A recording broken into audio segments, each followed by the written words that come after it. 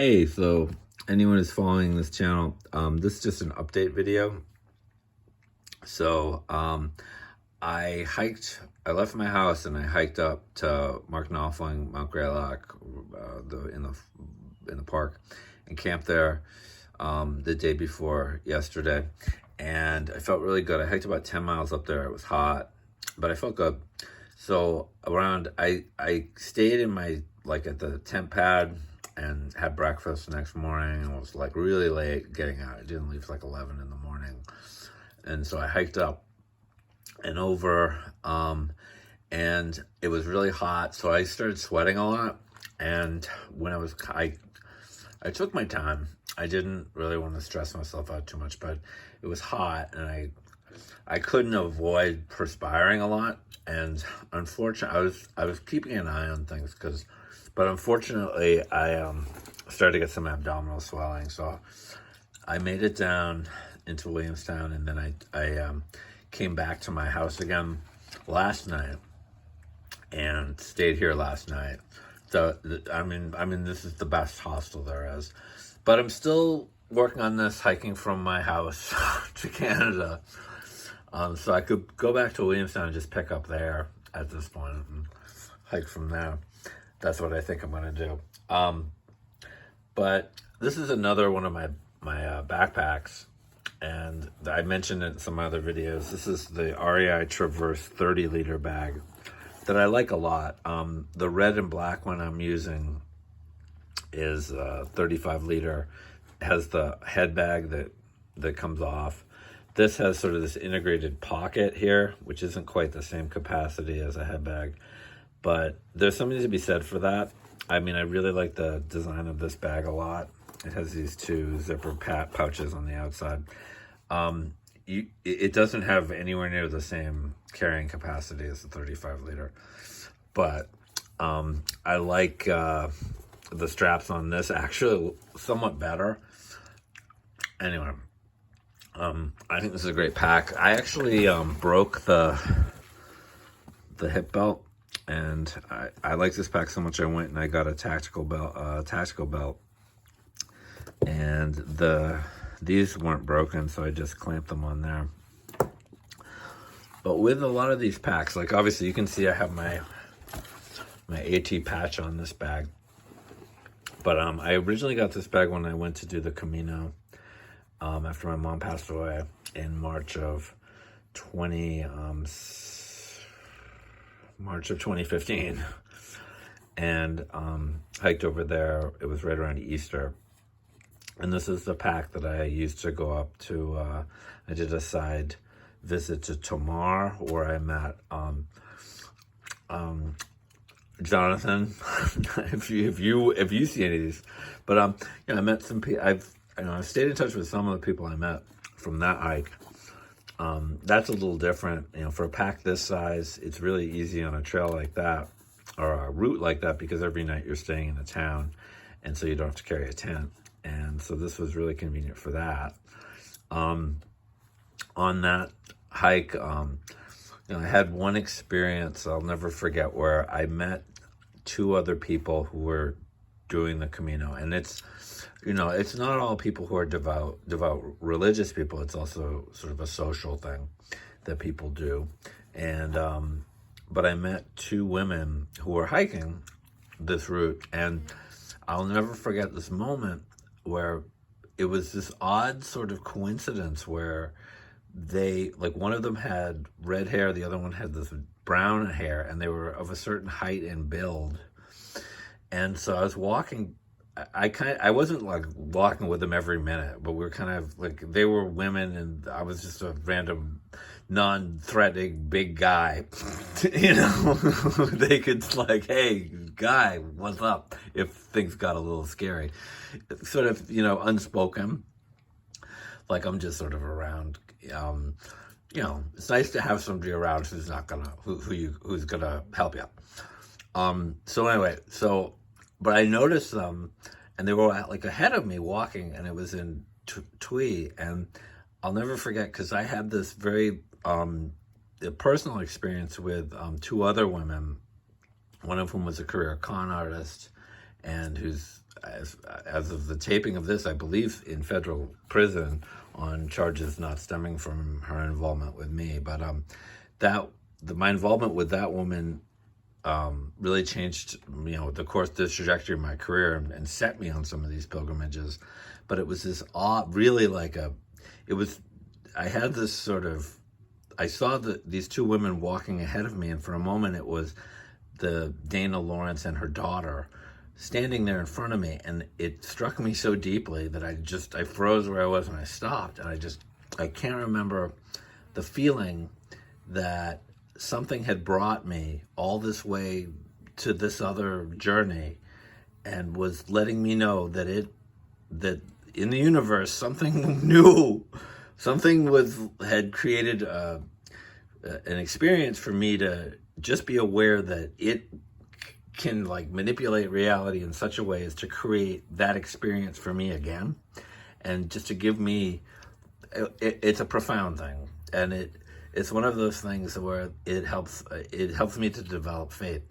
But that was something that happened on that pilgrimage. I carried this also to Mount Kailas and went on Outer Kora with this pack, and so when I've carried in this pack soil that I took from different spots where there have been temples and where there still is an active monastery and temple in the area around Mount Kailas, and I took the soil from the lake and from those places back to someone in Nepal who had asked me to do that, to bring back just dirt. And so I did that carrying this pack, and I carried puja, things for puja that I did there, my own puja that I did when I did Kora. And so I think it's important. I just want to mention, I've done a lot of these pilgrimages that are significant in different religious traditions, and in the course of doing them, I've never met someone who questioned what I was doing or thought that there was or were offended or really gave me any issue with what I was doing or what I was trying to get out of it spiritually. And so one of the other things, so with this pack, I'll mention, because I've done a lot of pilgrimages that are in Christian, but not so much in I haven't done the Hajj or anything. But I'll mention this pack, when I was in Kathmandu, I've repaired it, and the stitching on here, I'll never forget. I was in Kathmandu, and I went to a tailor, and he didn't speak a lot of English, and he was listening to an Urdu radio program, and I kind of picked up that it was a religious program, but he did this work, and I paid him, and I was leaving, and he said, "Oh, are you a Muslim?" And I said, "Well, all good people are Muslim," and because that's what the word Muslim means. And I just wanted to mention that because, I've done a Christian pilgrimage, but I don't want anyone to think that in the beliefs that I have, that I'm in any way exclusionary or it's just I haven't really had the opportunity to do the Hajj or other or visit other sites that are related to the Islamic world, which I'd like to do at some point. Who knows what's going to happen in the world these days? But hey, I'll put it out there. If anybody would like to pay my way and have me come on a Hajj, I'll be more than happy to go. So anyway, but with this pack also, I've used it on day hikes. I used it on the Pacific Crest Trail when I was trying to fill in. I had done this thing where I hiked a side trail into the PCT to get to the Canadian border, but it left this little gap of 30 miles. So I used this pack to yo-yo that. And it was weird because I parked my car. I'll never forget, because I had this pack with me, and I had parked my car in the woods in the middle of nowhere at this wilderness campground that's at this road junction where you can get dropped off to go up to the border with Canada. And I got to my car and my battery was totally dead. And I sat there for a second and I was like, oh my goodness, I don't know what I'm going to do. I didn't have any food. I had just this pack. I had some stuff in my car, but I wasn't going anywhere, and there were no cars there. And then all of a sudden, out of the woods, two other people walked up, and they came in, and I said, "Hey, how you doing? My battery died." And they said, "Oh, just give us a second." And so their car had a flat tire. I'll never forget this. So my car had their battery. Their car had a flat tire. I helped them fix their tire, and then they gave me a jump start, and then we both drove. We drove, and it wasn't a short drive. It was like about 15 miles of these crazy dirt roads to get out of there. But yeah, I was using that pack that day. I also had this pack on the Continental Divide Trail when I was in New Mexico. I did a day hike on the Gila River to some hot springs that were underneath some cliffs. And I made a mistake that I'm not going to make again, where by myself, I was alone. I decided I was going to climb up these cliffs and get into this cave that I could see up on the cliffs, thinking it would be such a cool spot. Maybe I'll spend the night there. Yeah, great idea. So I climbed up there, and I got up about hundreds of feet up onto this little thing. And I also thought I could just climb over to the mountain there too, because it looked like there was a lip, and it literally was about a foot. I would have been able to climb over. It just wasn't, I couldn't reach it. But I got stuck on a cliff there, and the sun was coming down. It was a big drop, and I would have had to slide. I would have gotten hurt. I would have cut myself up or broken my legs coming down, or died coming down. So there was somebody, I noticed it was getting dark. There was a young lady and her boyfriend had been hiking. I had seen them, and they were hiking out and leaving, and I happened to see them, and I yelled down to them, and they just said, "Just stay put." So with just this pack, I had a little bit of water. I think I had some food. And I'll never forget, I was on this little ledge that was about a foot wide that was sand, and if I started to move, it started to fall apart. So I found I had about 6 feet that was kind of solid, and I sat down.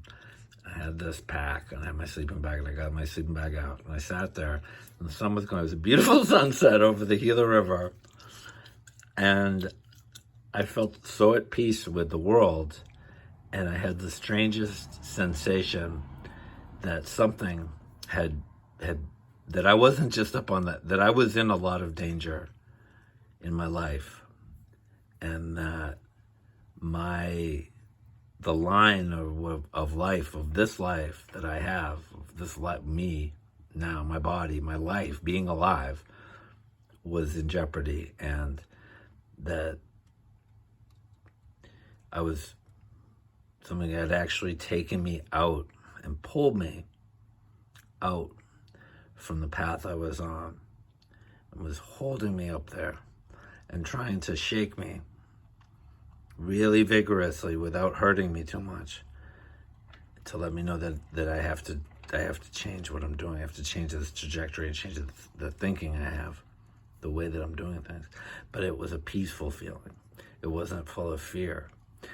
And so I waited up there several hours, and then there was somebody on the ridge who had a flashlight and flashed me, and I flashed him back. So I had a light.